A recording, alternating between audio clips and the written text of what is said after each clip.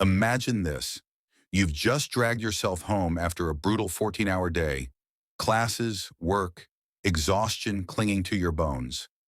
And the only thing keeping you going is knowing there's a warm, homemade meal waiting for you in the fridge. But when you open that fridge, your shelf is empty. Again. And standing in your kitchen, not only your roommate, but her freeloading friends, eating your food, laughing, and telling you how delicious it is. Well, that happened to me.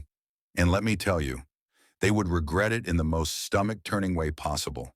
If you've ever had someone disrespect you, steal from you, or take advantage of your kindness, smash that like button. Because today's story is one of the most petty, most disgusting, and most satisfying acts of revenge you'll ever hear. Let's get into it. I was a full-time college student. Between lectures, assignments, and exams, my schedule was already brutal. On top of that, I worked full-time just to cover rent and tuition. My days started before sunrise and didn't end until way past dark. By the time I got back to the dorm, my body ached, my brain felt fried, and I had exactly one thing to look forward to: food I had prepped in advance. Meal prep was my survival strategy. I'd spend precious hours cooking a big batch of meals, carefully labeling and stacking them on my designated shelf in the shared fridge. It wasn't much, but those meals were mine, my tiny comfort after days that felt endless. But here's the problem. My comfort didn't lay out I'd come home after a long day, stomach growling, only to find my containers missing. At first I thought maybe I was misplacing them.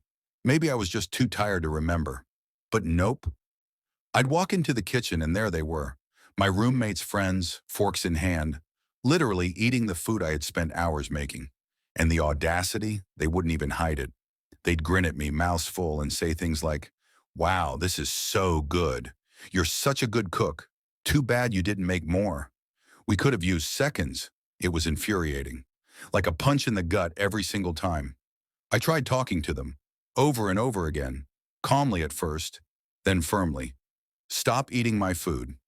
This is mine. I don't have time to make more." But it was like I was invisible. They'd nod, laugh, and the next day the same thing would happen. The worst part?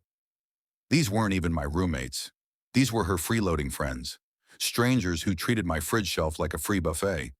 If you've ever been disrespected like that, ignored, taken advantage of, you know the feeling. The anger starts as a low simmer in your chest, building hotter each time until it feels like you might explode. I'd stand in the kitchen, looking at my empty shelf, fist clenching, jaw tight, thinking, how dare they? How dare they treat me like I don't matter? The thing is, when you're that exhausted, that worn down, sometimes anger is the only thing keeping you standing. And then, one night, something inside me snapped. I went home to my parents' place one weekend, and as I stood in my mom's kitchen, I had an idea. A delicious, evil, perfect idea. I made a massive batch of spaghetti.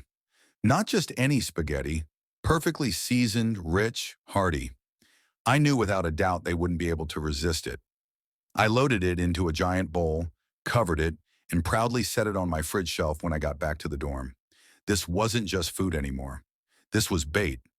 Sure enough, after another exhausting day, I dragged myself back to the dorm.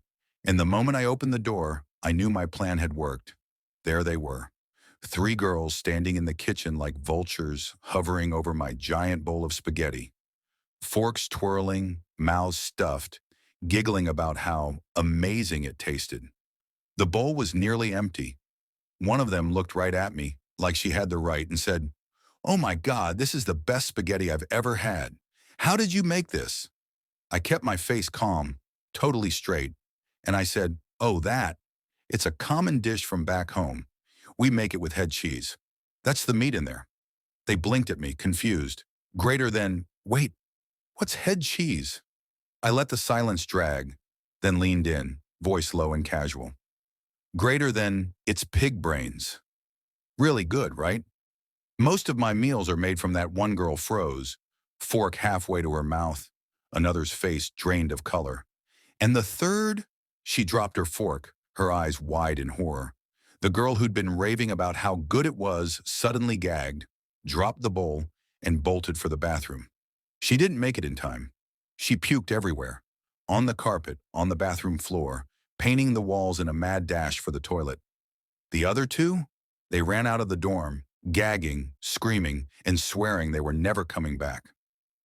And me? I stood there in the kitchen, silent, watching the scene unfold. It was beautiful. For the first time in months, I felt a deep, quiet satisfaction. The next day, the